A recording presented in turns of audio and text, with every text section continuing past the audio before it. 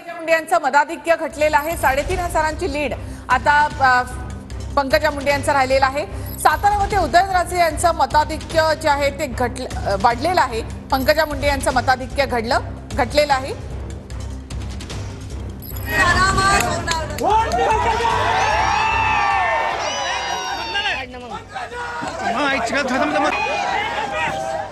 तर कार्यकर्ते जल्लोष साजरा करत होते, उत्साहात होते आणि याच वेळी पूर्ण निकाल येईपर्यंत थांबा असं आवाहन पंकजा मुंडे यांनी कार्यकर्त्यांना केल्याचे दृश्य आहे।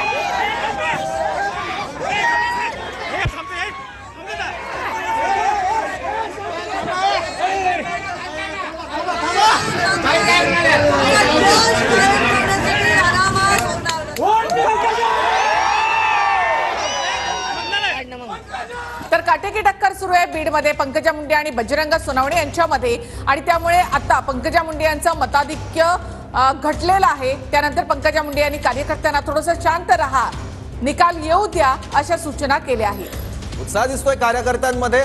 सेलिब्रेशन काही कार्यकर्त्यांनी आता सुरू केलेलं होतं, पण थोडं सबुरीने घ्या असा सल्ला पंकजा मुंडे यांनी कार्यकर्त्यांना दिलेला आहे। बीडमध्ये पंकजा मुंडे यांचं मताधिक्य घटलंय। 3,500ची लीड त्यांची घटलेली आहे। चुरशीची लढत बघायला मिळते आहे पंकजा मुंडे आणि बजरंग सोनवणे यांच्यामध्ये बीडमध्ये। 3,500चं लीड जे आहे ते घटलेलं आहे। त्यानंतर पंकजा मुंडे यांनी कार्यकर्त्यांना शांत राहण्याचं आवाहन केलेलं आहे।